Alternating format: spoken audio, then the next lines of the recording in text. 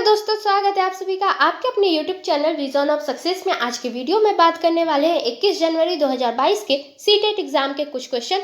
तो इसमें EVS section के क्वेश्चन को देखने वाले हैं। तो चलिए आप लोग इस वीडियो में लास्ट तक बने रहिए, क्योंकि आपके लिए यह वीडियो बहुत ही ज़्यादा खास है। तो यहाँ पे देखिए 61 नंबर से क्वेश्चन स्टार्ट हुआ है। तो यहाँ पे क्वेश्चन हमसे पूछ रहा है कि हमारे देश के किस एक भाग के अधिकांश व्यक्ति अपने घरों के आंगन में टैपियोका और नारियल उगाते हैं और इनका उपयोग करके स्वादिष्ट भोजन तैयार करते हैं। ऑप्शन में करा है केरल, गोवा, असम, आंध्र प्रदेश। तो यहाँ पे देखिए जो राइट आंसर है वह है ऑप्शन नंबर फर्स्ट, केरल। तो केरल के अधिकांश व्यक्ति जो है अपने घरों के आंगन में टैपियोका और नारियल उगाते हैं। अब चलिए देखते हैं नेक्स्ट क्वेश्चन। देखिए अब 62 नंबर का क्वेश्चन है। तो यहाँ पर क्वेश्चन पूछ रहा है कि पक्षियों की उस प्रजाति का नाम क्या है जिसमें नर पक्षी अनेक सुंदर घोंसले बनाते हैं और मादा पक्षी उनमें से केवल एक घोंसला चुनते हैं और उसमें अंडे देते हैं। और कलचिड़ी, सेकंड करा है शकरखोरा, थर्ड करा है दर्जन चिड़िया, फोर्थ करा है बया जिसको कहते हैं बीवर। तो यहाँ पर जो राइट आंसर है वह है ऑप्शन नंबर 4, बीवर। आप देखते हैं नेक्स्ट क्वेश्चन। तो देखिए अब 63 नंबर का क्वेश्चन है। तो यहाँ पर क्वेश्चन आपसे पूछ रहा है कि आपका घर यक्ष पर स्थित है और आपके पिताजी की दुकान वाई पर स्थित है। यद्यपि आपके पिताजी की दुकान ठीक सामने है, परंतु बीच में गहरी नहर होने के कारण आप सीधे नहीं जा सकते हैं। अतः आप पहले ठीक दक्षिण में 200 मीटर दूर जाते हैं, फिर ठीक पूर्व में 150 मीटर लंबा पुल पार करते हैं। इसके पश्चात आप ठीक उत्तर में 200 मीटर दूरी चल कर अपने पिताजी की दुकान पर पहुंचते हैं। वाई के सापेक्ष आपके घर की न्यूनतम दूरी और उसकी दिशा क्रमशः है। तो यहाँ पर देखिए जो राइट आंसर है वह है ऑप्शन नंबर फर्स्ट, 150 मीटर ठीक पश्चिम में। अब चलिए देखते हैं नेक्स्ट क्वेश्चन। तो देखिए अब 64 नंबर का क्वेश्चन है। ने किसी व्यक्ति को प्रतिदिन दवाइयों के साथ हरे पत्तेदार सब्जियां, आंवला और गुड़ खाने का सुझाव दिया। यह व्यक्ति कोई रोगी होना चाहिए जो पीड़ित है। तो यहाँ पर ऑप्शन कह रहा है एनीमिया से, बुखार से, मलेरिया से या मियादी बुखार से। तो यहाँ पर देखिए जो राइट आंसर है वह है ऑप्शन नंबर फर्स्ट, एनीमिया से। अब चलिए देखते हैं नेक्स्ट क्वेश्चन। तो देखिए अब 65 नंबर का क्वेश्चन है। तो यहाँ पर क्वेश्चन पूछ रहा है ब्रांज जिसको कहते हैं कांसा एक मिश्र धातु है जिसके प्रमुख संगठक हैं। तो यहाँ पर देखिए ऑप्शंस यहाँ पर दिए गए हैं। तो यहाँ पर जो राइट आंसर है वह है ऑप्शन नंबर 2, कापर और टीन का। तो कापर को हिंदी में तांबा कहते हैं, तो जो कांसा रहता है वह तांबा और टीन का मिश्रित धातु है। चलिए अब देखते हैं नेक्स्ट क्वेश्चन। तो देखिए अब 66 नंबर का क्वेश्चन है। तो यहाँ पर क्वेश्चन कर रहा है दुनिया में प्रसिद्ध पश्मीना के बारे में नीचे दिए गए कथनों पर विचार कीजिए। एक कह रहा है कि एक पश्मीना साल में 6 स्वेटरों के बराबर गर्मी होती है। बी कह रहा है कि कोमल पश्मीना पहाड़ी बकरियों की एक खास नस्ल से एकत्र किया जाता है जो 5000 मीटर ऊंचे पहाड़ों पर रहती है। सी कह रहा है कि अत्यधिक सर्दी से बचाने के लिए बकरियों के शरीर पर गर्म बालों की एक परत उग आती है। डी कह रहा है कि पतले बालों को बकरियों के शरीर से काटने के पश्चात मशीनों द्वारा बुनाई की जाती है। तो यहाँ पर देखिए सही ऑप्शन चुनना है। तो यहाँ पर जो राइट आंसर है वह है ऑप्शन नंबर 4, ए, बी और सी। तो यह तीनों ऑप्शन सही है और जो डी है वो बिल्कुल गलत है। अब चलिए देखते हैं नेक्स्ट क्वेश्चन। तो देखिए अब 67 नंबर का क्वेश्चन है। यहाँ पे क्वेश्चन कह रहा है किस वर्ष भुज गुजरात में भूकंप आया था जिसमें कम से कम 1000 लोगों की मृत्यु हो गई थी। तो यहाँ पर देखिए ऑप्शन सारे दिए गए हैं। तो यहाँ पर जो राइट आंसर है वह है ऑप्शन नंबर 2, 2001। तो यहाँ कम से कम 2001 लोगों की मृत्यु हो गई थी। अब चलिए देखते हैं नेक्स्ट क्वेश्चन। तो देखिए अब 68 नंबर का क्वेश्चन है। तो यहाँ पर क्वेश्चन करा है कि हमारे देश की राजधानी की स्थिति के सापेक्ष हिमाचल प्रदेश की राजधानी शिमला और मध्य प्रदेश की राजधानी भोपाल क्रमशः स्थित है। तो यहाँ पर जो राइट आंसर है वह है ऑप्शन नंबर फर्स्ट, उत्तर और दक्षिण में। अब चलिए देखते हैं नेक्स्ट क्वेश्चन। तो देखिए अब नेक्स्ट हमसे क्वेश्चन कर रहा है 69 नंबर का क्वेश्चन है। तो यहाँ पर क्वेश्चन पूछ रहा है कि शिमला हिमाचल प्रदेश में रहने वाला कोई व्यक्ति पहले भोपाल का भ्रमण करना चाहता है, इसके पश्चात गांधीनगर जाना चाहता है। इसकी यात्रा की दिशाएं होगी पहले। तो देखिए ऑप्शंस कह रहा है दक्षिण पूर्व और इसके पश्चात पश्चिम की ओर, दक्षिण पश्चिम और इसके पश्चात पूर्व की ओर, दक्षिण और इसके पश्चात पश्चिम की ओर, दक्षिण और इसके पश्चात पूर्व की ओर। तो यहाँ पर देखिए जो राइट आंसर है वह है ऑप्शन नंबर 3, दक्षिण और इसके पश्चात पश्चिम की ओर। अब चलिए देखते हैं नेक्स्ट क्वेश्चन। तो देखिए अब नेक्स्ट हमसे क्वेश्चन कर रहा है कि हमारे देश के किस राज्य मतलब केंद्र शासित प्रदेश की सीमा समुद्र तट अरब सागर से लगती है। आंध्र प्रदेश, कर्नाटक, पुदुचेरी, पश्चिम बंगाल। तो यहाँ पे जो राइट आंसर है वह है ऑप्शन नंबर 2 कर्नाटक। तो कर्नाटक जो है अरब सागर से लगती है। अब चलिए देखते हैं नेक्स्ट क्वेश्चन। तो देखिए अब 71 नंबर का क्वेश्चन है। तो यहाँ पे क्वेश्चन पूछ रहा है कि विशेष प्रकार का नृत्य जिसे चिराओ कहते हैं कहाँ के लोगों द्वारा किया जाता है? असम, मिजोरम, उड़ीसा, झारखंड। तो यहाँ पे देखिए जो राइट आंसर है वह है ऑप्शन नंबर 2 मिजोरम। तो मिजोरम का लोक नृत्य नाच है चिराओ नाच, इसलिए आप लोगों को याद रखना है कि यह मिजोरम का लोक नृत्य है चिराओ। अब चलिए देखते हैं नेक्स्ट क्वेश्चन। तो देखिए अब 72 नंबर का क्वेश्चन है। यहाँ पे कह रहा है क्वेश्चन, यदि आप भारत के मानचित्र पर किस सरल रेखा ए बी कोलकाता, पश्चिम बंगाल की राजधानी जो बिंदु ए पर है, से पुदुचेरी जो बिंदु बी है तक खींचे तो बिंदु बी के सापेक्ष बिंदु ए की दिशा होगी। तो ऑप्शन कह रहा है ठीक दक्षिण, ठीक पश्चिम, दक्षिण पश्चिम, उत्तर पूर्व। तो यहाँ पे देखिए जो राइट आंसर है वह है ऑप्शन नंबर 4 उत्तर पूर्व। अब चलिए देखते हैं नेक्स्ट क्वेश्चन। तो देखिए अब 73 नंबर का क्वेश्चन है। तो यहाँ पे क्वेश्चन पूछ रहा है कि उस महिला व्यायामी मतलब जो खिलाड़ी का क्या नाम है जिसने 12 वर्ष की आयु में ही वजन उठाने का अभ्यास आरंभ कर दिया तथा 130 केजी तक का वजन उठाने में सफलता प्राप्त किया तथा अंतर्राष्ट्रीय प्रतिस्पर्धाओं में 29 मेडल जीते हैं? तो यहाँ पे देखिए जो राइट आंसर है वह है ऑप्शन नंबर 4 कल्लम महेश्वरी। तो ये बिल्कुल राइट आंसर है। अब चलिए देखते हैं नेक्स्ट क्वेश्चन। तो देखिए अब 74 नंबर का क्वेश्चन है। तो यहाँ पे क्वेश्चन कर रहा है कि किसी पर्यटक ने एर्नाकुलम टाउन से वडोदरा जाने के लिए 10 नवंबर 2021 को ट्रेन में प्रवेश किया। ट्रेन एर्नाकुलम टाउन से 22:40 बजे चली और 12 नवंबर 2021 को 14:10 बजे वडोदरा पहुंची। यदि इन दोनों शहरों के रेलवे स्टेशनों के बीच की दूरी 1896 किलोमीटर है तो पर्यटक की यात्रा के समय ट्रेन की औसत चाल थी। तो यहाँ पे देखिए जो ऑप्शन दिए गए हैं, तो यहाँ पर जो राइट आंसर है वह है ऑप्शन नंबर 3 48 किलोमीटर पर हावर। अब चलिए देखते हैं नेक्स्ट क्वेश्चन।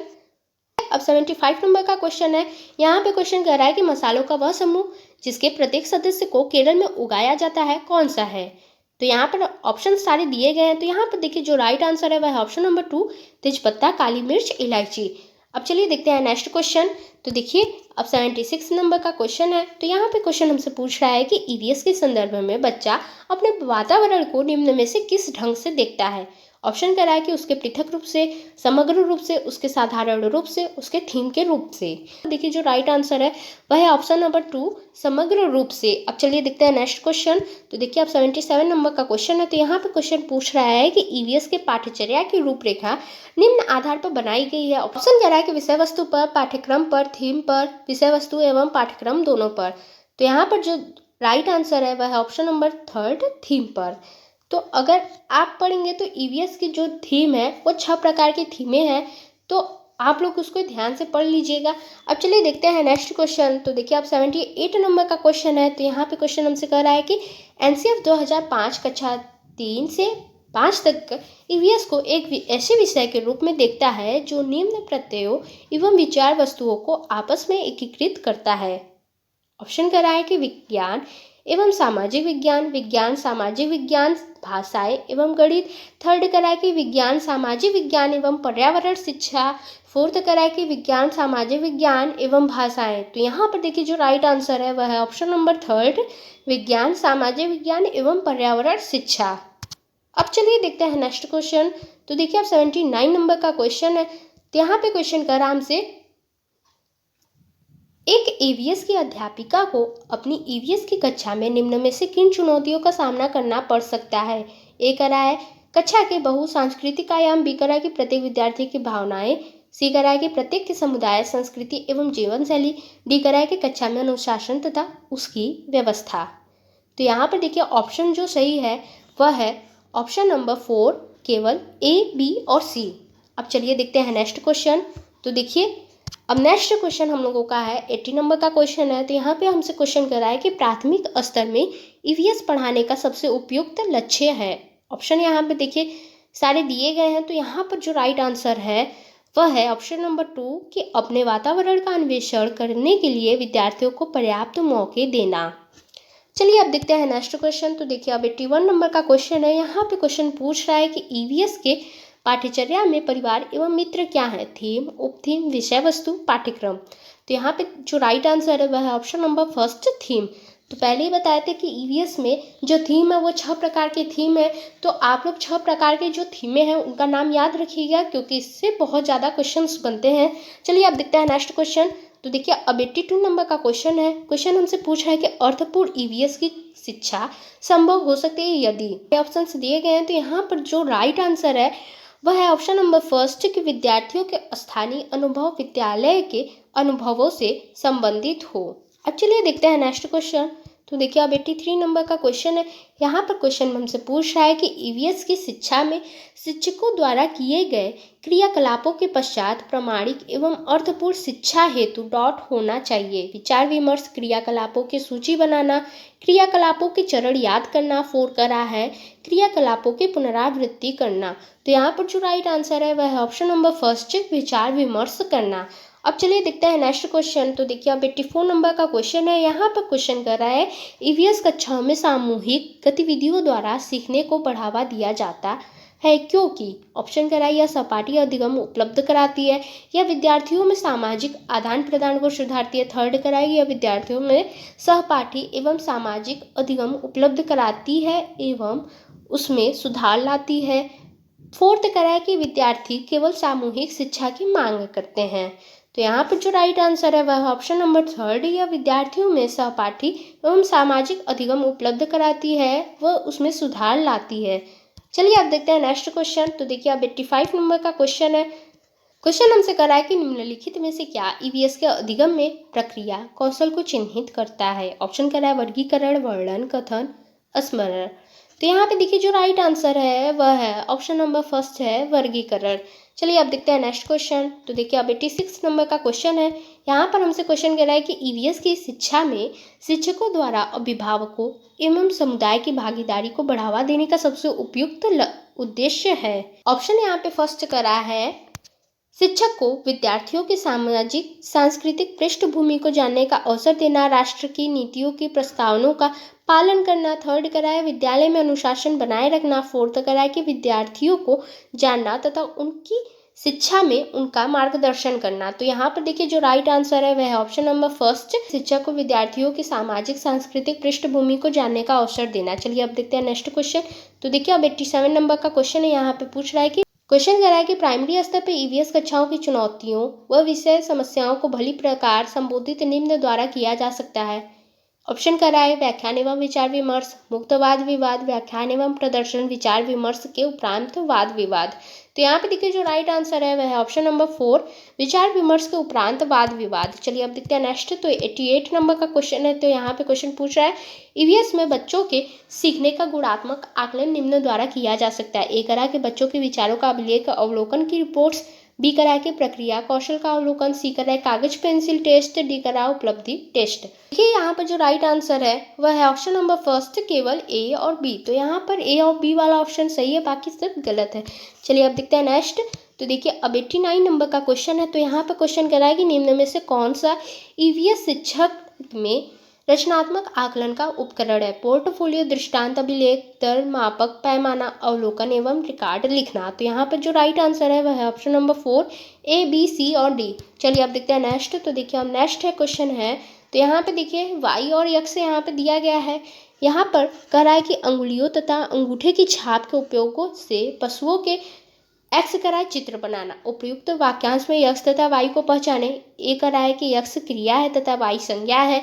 बी कराए कि यक्ष क्रियापरक क्रिया है तथा वाई पाठ्यवस्तु है।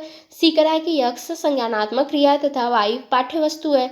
डी कराए कि यक्ष पाठ्यवस्तु है तथा वाई क्रिया है। तो यहाँ पर देखिए जो राइट आंसर है वह है ऑप्शन नंबर 2, ए, बी और सी। तो ए, बी और सी वाला ऑप्शन बिल्कुल सही है, बाकी सब गलत है।